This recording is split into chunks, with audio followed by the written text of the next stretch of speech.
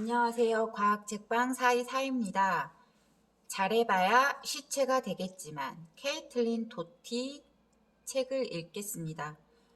작가는 어렸을 적 쇼핑몰에서 어린이가 추락사하는 걸 목격했다고 합니다.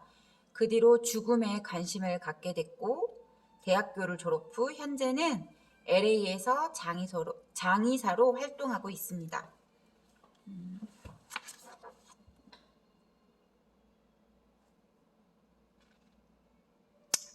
여러 챕터로 구성되어 있고요. 저는 오늘 110조 핑크 칵테일을 읽겠습니다. 핑크 칵테일. 옛날 옛적 와리족은 브라질 서부 밀림에서 서양 문명과는 실상 아무런 접촉 없이 살고 있었다. 그러다가 1960년대 초반 브라질 정부가 복음을 전하는 기독교 선교사들과 함께 와리족의 영토에 들어갔다. 두 집단 모두 이들과 좋은 관계를 정립하려 노력했다. 외부인들의 와리족의 면역 체계가 일찍이 싸워본 적 없는 바이러스, 학질, 유행성 감기, 홍역을 한 무더기 달고 왔다. 몇 년 사이 와리족은 5명 중 3명꼴로 죽어나갔다. 그나마 살아남은 사람들도 브라질 정부에 의지하게 되었다. 브라질 정부는 이들이 서양의 새로운 질병과 싸울 수 있도록 서양 의약품을 공급했다. 약품과 식량, 정부의 원조를 받기 위해 와리족은 자기들 삶의 중요한 한 측면, 즉 식인 풍습을 포기해야 했다. 르네상스 철학자인 미셸 몽테뉴는 편리하게도 식인종에 대하여 라는 제목을 붙인 글에서 이렇게 썼다. 누구나 자기가 하지 않는 일은 야만이라 부른다. 우리는 분명 식인 풍습을 야만이라 부를 것이다. 고맙게도 그것은 우리네 풍습이 아니기 때문이다. 인육을 먹는 것은 소시오패스 또는 미개인들이나 하는 일이다. 식인하면 사람 사냥꾼과 한니발 렉터가 떠오른다. 한니발 렉터, 소설 양들의 침묵에 나오는 인육을 먹는 인물. 우리는 식인 풍습이 제정신이 아닌 무자비한 사람들이나 하는 짓이라고 자신있게 말할 수 있다. 왜냐하면 인류학자 클리퍼드 기어츠가 의미의 그물망이라고 부른 것 속에 우리가 꽉 잡혀 있기 때문이다. 태어날 때부터 우리만의 문화는 죽음이 적절하고 훌륭하게 행해지는 방식이 무엇인지 세뇌시킨다. 이 문제에 대한 우리의 편견은 피할 수 없는 것 같다. 우리는 자신이 열린 마음을 가졌다고 생각하지만 실제로는 여전히 문화적 믿음에 갇혀 있다. 이것은 마치 거미들이 밤새 나무 사이에 거미줄을 쳐놓았는데 그 숲을 가로질러 걸어가려는 것과 같다.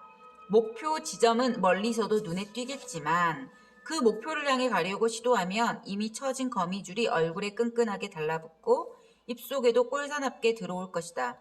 이것이 서양 사람들이 와리족의 식인 풍습을 그렇게도 이해하기 어렵게 만드는 바로 의미의 그물망이다.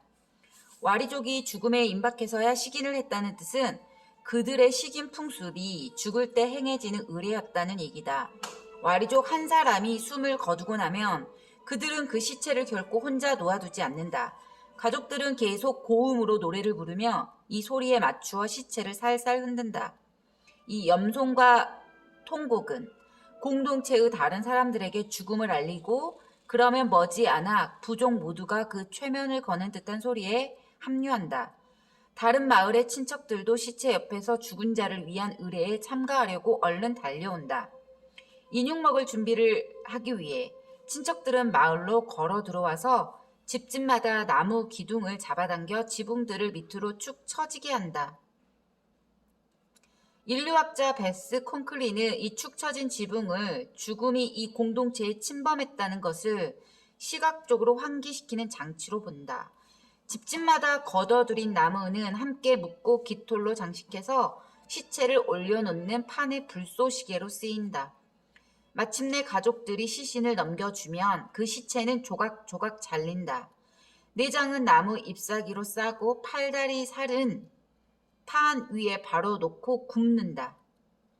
마을 여자들은 사람 고기와 같이 먹기에 이상적인 음식이라고 생각되는 옥수수빵을 준비한다. 사람 고기를 그저 한 조각 고기일 뿐이라고 생각하며 구워 먹는 행위는 와리족에겐 문제가 되지 않았다. 와리족에게 짐승들과 그 살이 갖는 의미는 그것들이 우리 현대인에게 갖는 의미와 비교했을 때 매우 다르다. 와리족에게 짐승들은 역동적인 영혼을 가진 존재다. 짐승들은 인간에 속하지 않지만 인간보다 열등한 존재도 아니다. 그날그날에 따라 사람과 짐승은 번갈아가며 사냥하거나 사냥당하는 위치에 놓인다. 제규어 원숭이 테이퍼는 자기 자신을 인간으로 보고 인간을 짐승으로 봤을지도 모른다. 테이퍼, 중남미와 서남아시아에 서식하는 포유류로 코가 뾰족하며 돼지처럼 생겼다. 와리족은 인간이든 동물이든 자신이 섭취하는 모든 고기를 존중한다. 실제로 구운 살을 먹는 이는 아내나 자식처럼 죽은 사람에 가까운 친척들이 아니다. 그 영광, 이는 정말 영광인데 그 영광은 망자의 입장에서 혈족 같은 관계로 선택된 사람들, 즉 결혼으로 맺어진 인척이나 반계 친족 같은 사람들이다. 인척들 중 복수심에 불타거나 구운 인간의 살맛에 죽어라고 달려드는 살에 굶주린 미개인은 아무도 없고 인간이 공급하는 단백질을 탐내는 사람도 없다. 이 두 가지는 인육을 먹는 보편적인 동기로 여겨져 왔다. 사실 며칠간 아마존 우림지대의 덥고 습기찬 기후 속에 있었던 시신이라면 다양한 부패 단계에 있기 쉽다. 그런 살을 먹는다는 것은 고약한 냄새가 나는 역겨운 체험이었을 것이다. 인척들은 종종 양해를 구하며 토를 하고 나서야 다시 살을 먹는 데 달려들곤 했다. 그러나 그들은 억지로라도 계속 먹는다. 그 정도로 그들이 가족과 망자 둘 다를 배려하는 행동을 하고 있다는 확신이 강했기 때문이다. 인척들이 망자를 먹는 것은 생명력이나 힘을 보존하기 위해서가 아니라 그런 것을 파괴하기 위해서다. 와리족은 시신이 묻혀 땅속에 온전히 내버려진다는 생각이 두려웠던 것이다. 오직 망자의 살을 먹어야만 그걸 진정 원하는 대로 조각내고 파괴할 수 있었던 것이다. 살을 다 먹고 나면 뼈를 화장한다. 이렇게 몸이 다 사라지는 것은 가족과 공동체에게 대단한 위안이었다. 공동체를 다시 하나로 만들기 위해서는 망자를 제거해야 한다. 시체가 없어지고 나면 망자의 소유물, 그들이 심은 곡식과 세운 집 포함, 소유물도 태운다. 모든 것이 사라지고 나면 남은 가족의 삶은 친척과 공동체가 돌봐주고 재건을 도와주는 데 달려있다. 과거에는 공동체가 서로 간의 연대를 북돋고 강하게 하여 가족들을 돌보았던 게 사실이다. 1960년대에 브라질 정부는 와리족으로 하여금 강제로 식인 의례를 포기하고 망자를 땅속에 묻게 하기 시작했다. 죽은 자를 매장에 썩게 하는 것은 그들이 이제껏 해왔던 바와 믿었던 바의 정반대편에 있었다. 물리적인 육체가 그대로 남아있는 한 무엇이 상실되었는지를 괴롭게 떠올려야만 하는 것이다. 만약 우리가 와리족으로 태어났다면 지금 밖에서 보기에 야만적인 습성이라고 경멸하는 식인 풍습은 우리가 아끼는 관습, 성실하게 확신을 갖고 참여하는 관습이었을 것이다. 북미의 매장 관행인 방부처리, 시신의 장기 보관에 이어 무겁고 봉인된 관에 넣어 땅에 묻는 것은 와리족 입장에서는 모욕적이며 낯선 일이다. 서양식 매장의 진실과 존엄성은 오로지 우리를 둘러싼 환경이 정한 진실과 존엄성일 뿐이다. 웨스트윈드에서 일하기 시작했을 때 현대적인 방부처리는 내가 명확히 규정할 수 있는 성질의 것이 아니었다. 나는 시체에게 행해진 것이 내가 속한 의미의 그물망에서 나온 한 가닥 시림을 알게 되었다. 내가 10살 때 사촌 형부의 아버지가 돌아가셨다. 고인 아키노 씨는 독실한 카톨릭 신자요. 엄청나게 큰 하와이 필리핀계 가문 출신의 원로 정치인이었다. 그의 장례는 카폴레이에 있는 옛 대성당에서 열렸다. 도착하자 어머니와 나는 그분의 관을 지나가는 줄에 섰다. 우리가 줄 맨 앞에 오자 나는 곁눈질로 흘긋거리며 아키노 영감님이 누워있는 것을 보았다. 그의 시체는 너무 만들어 놓은 것 같아서 더 이상 진짜 사람같이 보이지 않았다. 그의 잿빛 피부가 빳빳해진 것은 순환계를 통해 주입된 방부 액체의 부작용 때문이었다. 관 주위에는 수백 개의 촛불이 타오르고 있었고 그 불빛이 그의 찡그리는 듯 실그러진 반짝거리는 연분홍색 입술을 비추고 있었다. 그는 생전에 점잖은 사람이었지만 죽고 나니 밀랍으로 만든 복사판 같이 보였다. 관 옆을 천천히 지나가며 이렇게 밀랍 같은 주검을 잠시 보는 것은 다른 미국 아이들 모두와 공유하는 경험이었다. 이처럼 음울한 과정을 수행하는 직업을 선택할 유형의 사람이라면 나는 영화 아담스 패밀리에 나오는 러치처럼 뺨이 홀쭉하고 키가 크고 마른 데다 뺨이 홀쭉한 사람일 거라고 막연히 상상했다. 내게는 러치의 이런 모습이 1950년대 공포 영화에 나오는 장의사의 전형, 실험 가운을 입고서 형광녹색의 액체가 튜브를 통해 시체 안으로 들어가는 것을 지켜보는 사람과 겹쳐졌다. 웨스트 윈드 화장장에서 시신을 방부 처리하는 사람들도 이 이미지와 크게 다르지 않았다. 일주일에 몇 번 시신을 준비하러 오는 계약직 방부 처리사 브루스는 머리가 희끗희끗하고 동안, 좋게 말하면 토실토실한 얼굴을 가진 흑인 남자였다. 그는 키가 180cm가 넘고 20대가 되려 하는 50대의 게리 콜만 같았다. 그의 목소리는 높낮이와 리듬이 광범위하게 왔다 갔다 해서 화장장 이쪽 끝에서 저쪽 끝까지 왕왕 울렸다. 어이 거기 케이틀린 하며 그는 나를 열렬히 환영했다. 아 브루스 어떻게 지내요? 꼭 하루만 지내보면 어떤지 알 거야. 꼭 하루만 죽은 사람하고 지내보라고. 나는 마이크 밑에서 화장로를 돌리는 직원이 되려고 훈련을 받고 있지만 원래 브루스는 샌프란시스코 장의대학에서 방부 처리를 가르치는 조교였다. 웨스트윈드가 노숙인과 빈곤층 사망자 처리 입찰에서 계약을 따는 얼마 후 문을 닫은 그 장의학교 말이다. 이제 샌프란시스코에는 장의학교가 없지만 브루스는 아직도 학생들을 가르치던 기질이 남아있어 이 분야의 비밀을 누군가와 열심히 공유하고 싶어 했다. 그렇다고 그가 요즘에 장의학교를 대단히 존중하는 것은 아니었다. 케이틀린, 옛날에 이걸 배우던 때는 이게 일종의 예술이었어. 그가 말했다. 방부처리란 시체를 보존한다는 뜻이지. 나는 요즘 장의학교에서 사람들에게 실제로 뭘 가르쳤다는 건지 모르겠어. 그 학교 졸업생들도 피를 뽑아낼 동맥 하나 못 찾는다니까. 70년대만 해도 매일 시체를 갖고 작업을 했지. 시체들.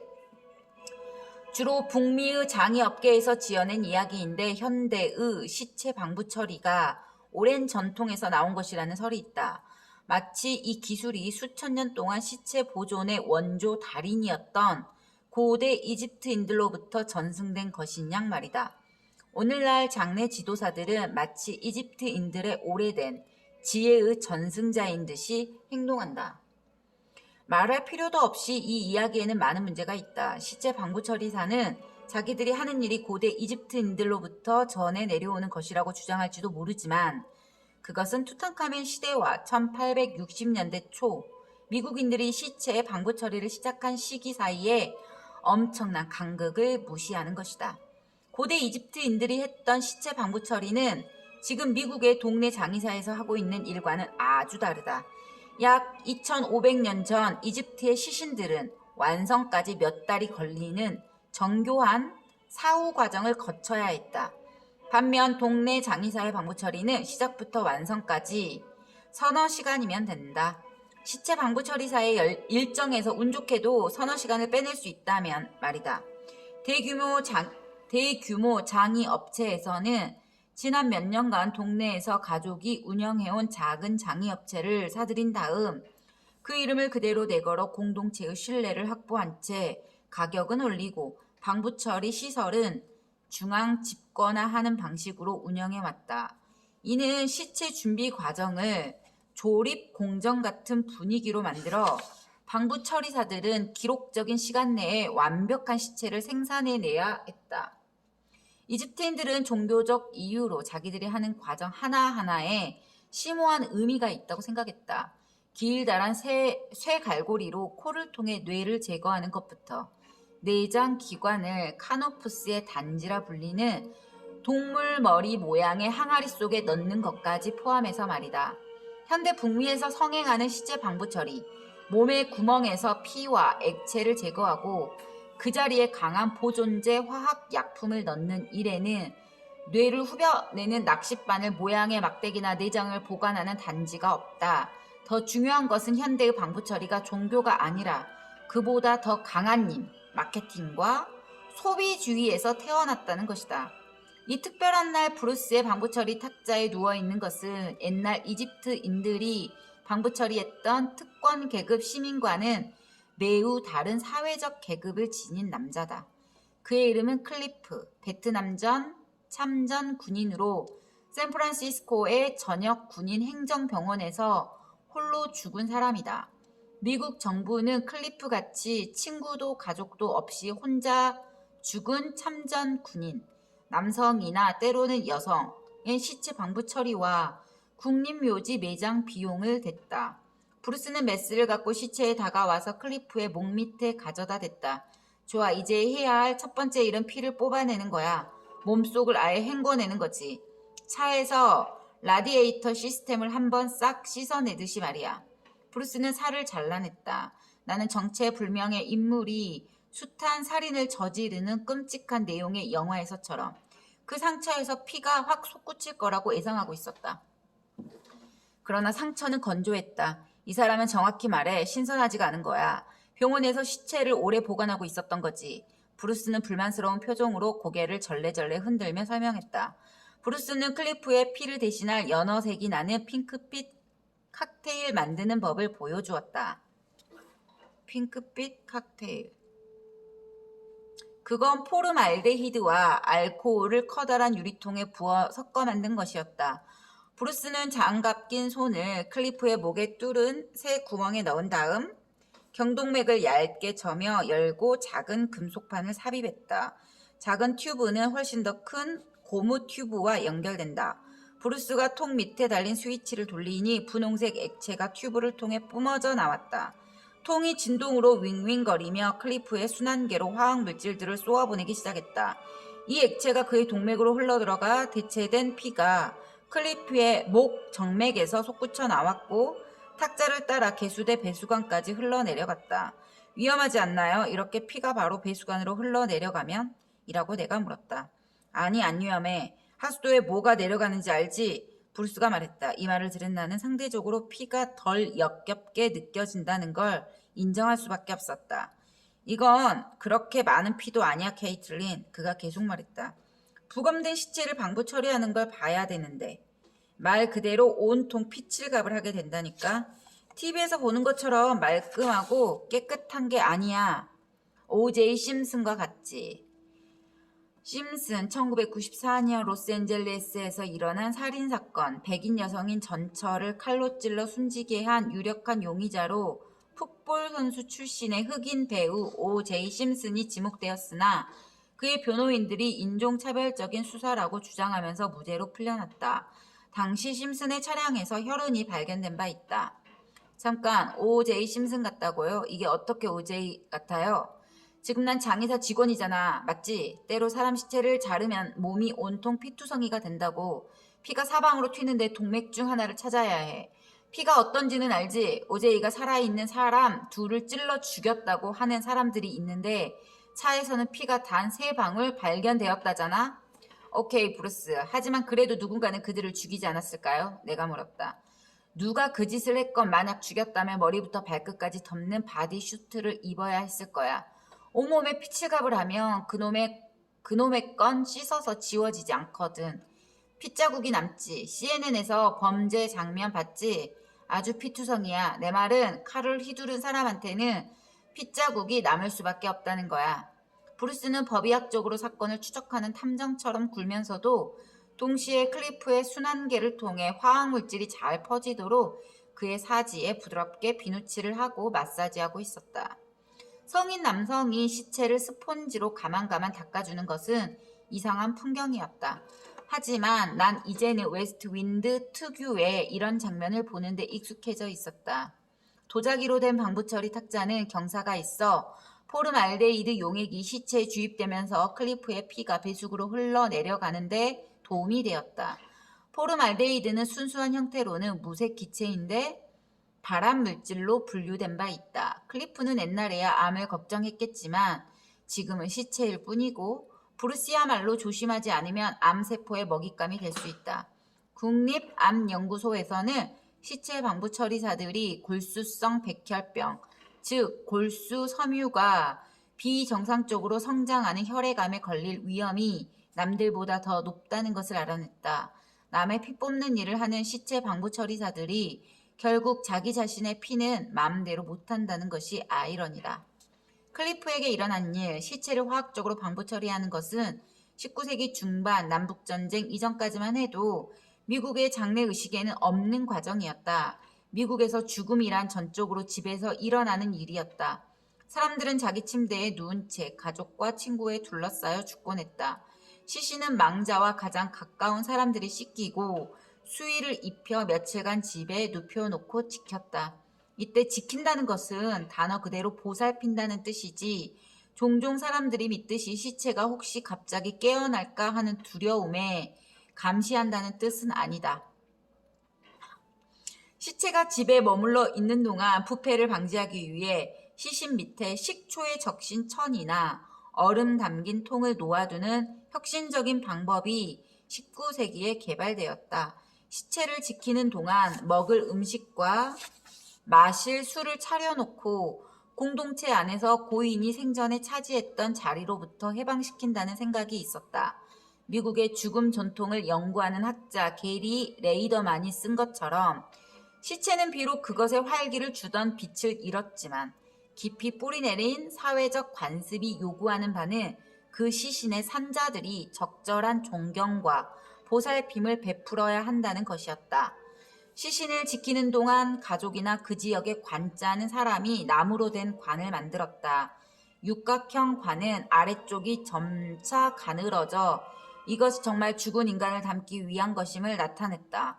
오늘날의 관은 평범한 직사각형의 모양도 그렇고 캐스켓이라고 명칭도 그렇고 그때의 관과는 다르다. 며칠이 지나면 시신은 관 속에 안치되고 가족 구성원들이 관을 어깨 위로 들어 올려 근처 무덤으로 가져갔다.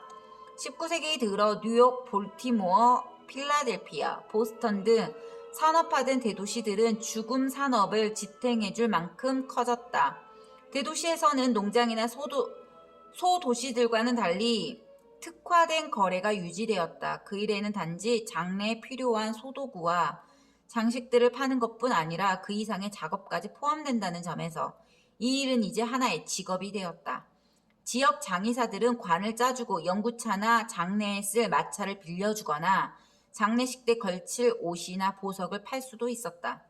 그들은 종종 가외 수입을 얻기 위해 다른 일도 겸했는데 그 덕에 존 젠슨, 장의사 겸 입 뽑아주는 사람 겸 등잔불 켜는 사람 겸 뼈대 만드는 사람 겸 대장장이 겸 관 짜는 사람 같은 19세기의 재미있는 광고가 나오게 되었다. 그러다가 미국 역사상 가장 잔혹한 전쟁인 남북전쟁이 터진다. 1862년 9월 17일에 앤티텀 전투가 있었던 날은 남북전쟁과 미국 역사에서 가장 피비린내 나는 날이라는 영예 아닌 영예를 지닌 하루다. 그날 하루에만 전장에서 2만 3천 명이 죽었고 구더기가 득실거리는 그들의 시신은 마찬가지로 퉁퉁 부른 말과 노새 사체 틈에서 잔뜩 부어올랐다. 나흘 후 펜실베이니아 137연대가 와서 연대장이 병사들에게 시체를 파묻을 때 독한 술을 마셔도 좋다고 허락했다. 그 당시에 술에 취한 채 그 작업을 할 수 있게 허용한 주는 미국 전체에 꼭 한 주밖에 없었다. 남북이 4년간 싸우는 동안 군인 가족 중 많은 사람들이 전장에서 죽은 아들과 남편을 찾아올 도리가 없었다. 시신들을 기차로 운송할 수야 있었지만 며칠만 남부의 여름 더위에 노출되면 망자들은 극심한 부패 단계에 들어갔다. 햇볕 속에 버려진 시체에서 나는 냄새는 그저 후각이 불편한 정도가 아니라 그보다 훨씬 더 견디기 힘들었을 것이다. 연합군 소속 한 의사의 말에 따르면 빅스버그 전투가 벌어지는 동안 남북 양측을 뜨거운 태양 아래 부패해가는 시신의 악취 때문에 짧은 휴전을 선포했다고 한다. 이처럼 열악한 환경에서 수백 마일에 걸쳐 시체를 운송한다는 것은 열차 기관사들에게 악몽이었다. 철도청은 비싼 철제관에 담겨 밀봉된 시체 외에는 운송을 거부하기 시작했다.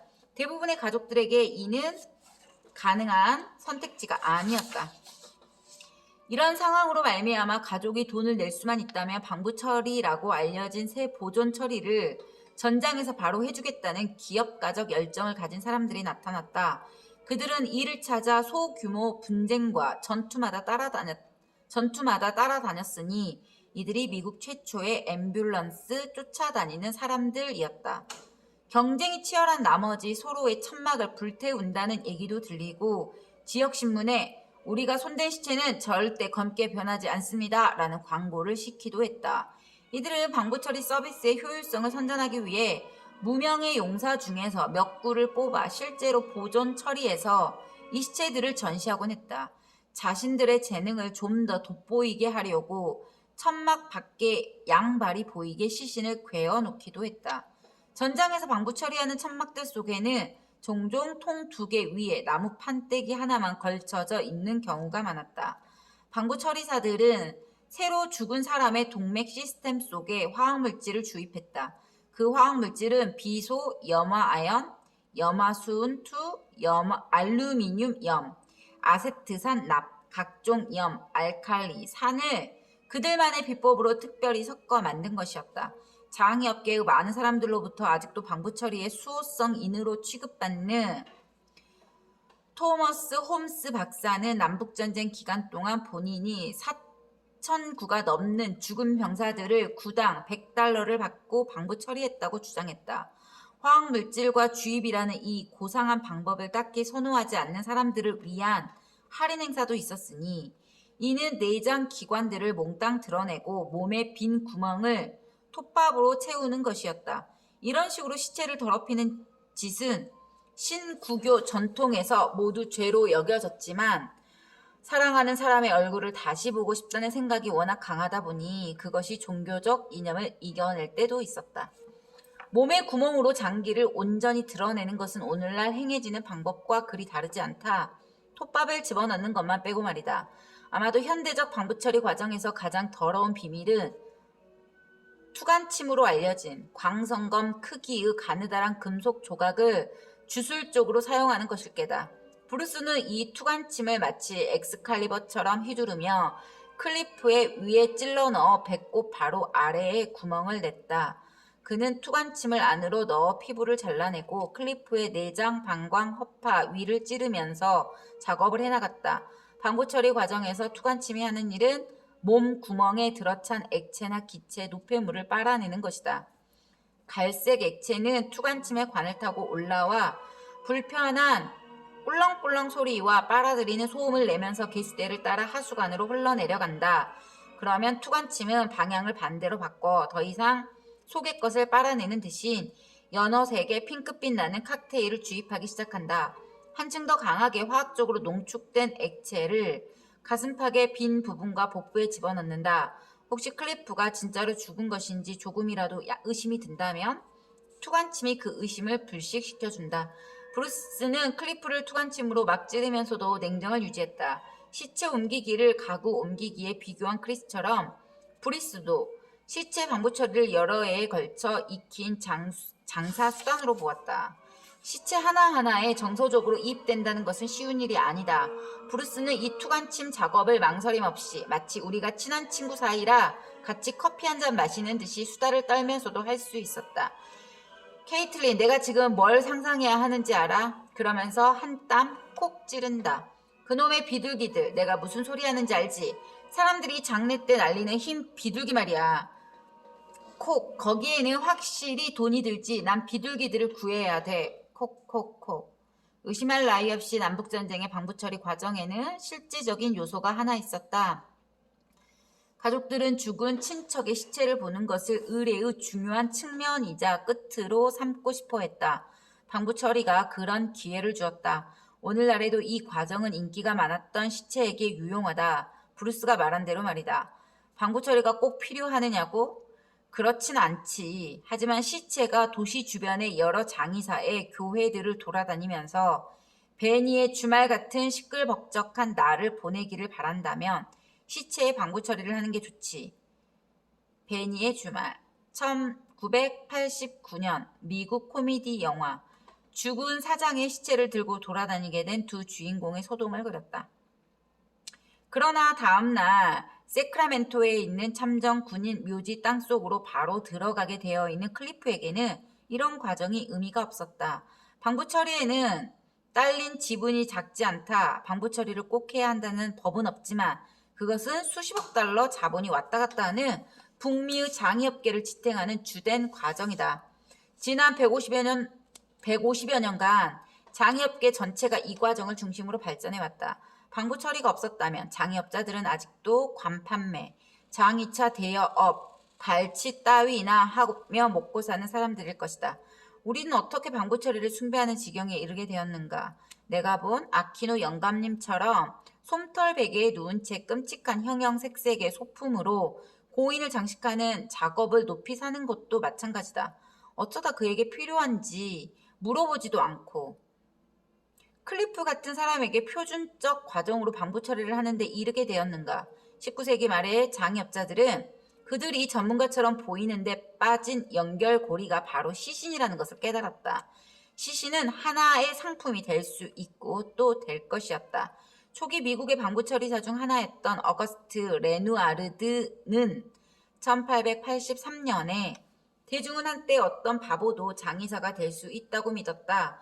그러나 방부 처리로 사람들이 신비롭고 불가해한 보존 과정에 혹하게 되었고 그 과정을 실제로 행하는 사람들을 존경하게 되었다고 했었다. 방부 처리를 하기 시작한 초기 단계일 때는 대중이 장의사를 바보로 보았다. 왜냐하면 이 직업에는 나라에서 정한 기준도, 가격도, 자격도 아무것도 없었기 때문이다. 이것저것 순회하는 선생들은 결국 사흘간의 여정을 짜서 자기가 대표하는 회사의 업자가 만든 방부 처리액을 팔려는 시도로 이 여정의 마무리를 장식하며 이 도시 저 도시를 떠돌아다녔다. 하지만 단 몇십 년 만에 방부 처리사들은 전장에서 물건을 강매하여 돈을 버는 장사꾼에서 발전해 전문가가 되었다. 방부 처리용 화학약품을 제조하는 사람들은 방부 처리사들의 이미지를 고도로 숙련된 전문가요, 기술적인 달인, 위생과 기술 양면에서 전문가로서 대중이 감탄할 만한 아름다운 시체들을 만들어내는 사람들이라고 영업적으로 띄워주었다. 기술과 과학이 이렇게 전문적으로 조합된 적은 없었다. 장의 회사들은 수의, 서양의 장의업, 써니사이드 같은 업계 잡지에서 자신들을 변호했다. 방부처리 장의업자들의 새로운 수호자는 새 이야기를 찾아내기 시작했다. 즉 수련을 쌓음으로써 그들이 대중을 질병에서 보호하고 기술을 통해 최종적으로 가족이 기억할 만한 그림을 창조해냈다는 이야기다. 물론 그들은 망자로 인해 돈을 번다. 그러나 의사들도 그렇다. 방부처리사들도 훌륭한 일을 했으니 그만한 보수를 받을 만하지 않는가? 수백 년간 시신을 집에 보관하고 가족들이 염을 해도 상당히 안전했다는 사실은 문제가 안 됐다. 방부처리로 이 분야의 전문가들은 전문가가 되었다. 바로 이 전문적이라는 게 마법의 요소였던 것이다. 현대 일본의 장의업자 신문 아오키는 망자를 씻기고 관에 넣는 일을 한다 하여 무시당했던 일을 수뢰했다. 그가 시체 때문에 더럽혀졌다 하여 가족은 그와 의절했고 아내는 그와 같이 자려하지 않았다.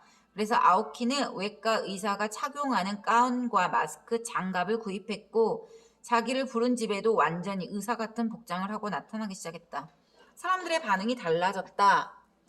그들은 그가 파는 이미지를 샀고 그를 의사 선생님이라고 불렀다. 미국의 장의업자도 이와 같은 일을 했다. 그들 자신을 의학적인 일을 하는 전문가라고 포장함으로써 스스로를 정당화한 것이다. 클리프가 방부 처리 과정을 거치는 것을 지켜보면서 나는 황씨 가족의 참관 화장과 내가 했던 마음속의 약속, 우리 가족 구성원이 죽으면 반드시 내가 화장에 참여해야겠다는 를 되새겼다. 난 줄곧 이 생각을 했어요, 브루스. 내가 말했다. 그리고 내가 우리 어머니를 직접 화장할 수는 있겠지만 어머니를 이렇게 방부 처리할 수는 도저히 없을 거라고 생각해요. 놀랍게도 그는 여기에 동의했다. 안 되지, 안 돼. 자기 어머니가 저기 탁자 위에 고인이 되어 누워있는 모습을 보기 전까진 아마 할 수도 있다고 생각될 거야. 엄마의 목을 얇게 저며 핏줄까지 찔러 들어갈 수 있을 것 같아? 엄마의 몸을 투관침으로 콕콕 쑤실 수 있을 것 같아? 우리가 지금 말하는 건 다른 사람도 아니고 너의 친어머니야. 보통 성격으로는 못할걸. 그러면서 브루스는 일을 멈추고 내 두 눈을 물끄러미 들여다보더니 말했다. 그가 한 말을 들으며 나는 생각에 잠겼다.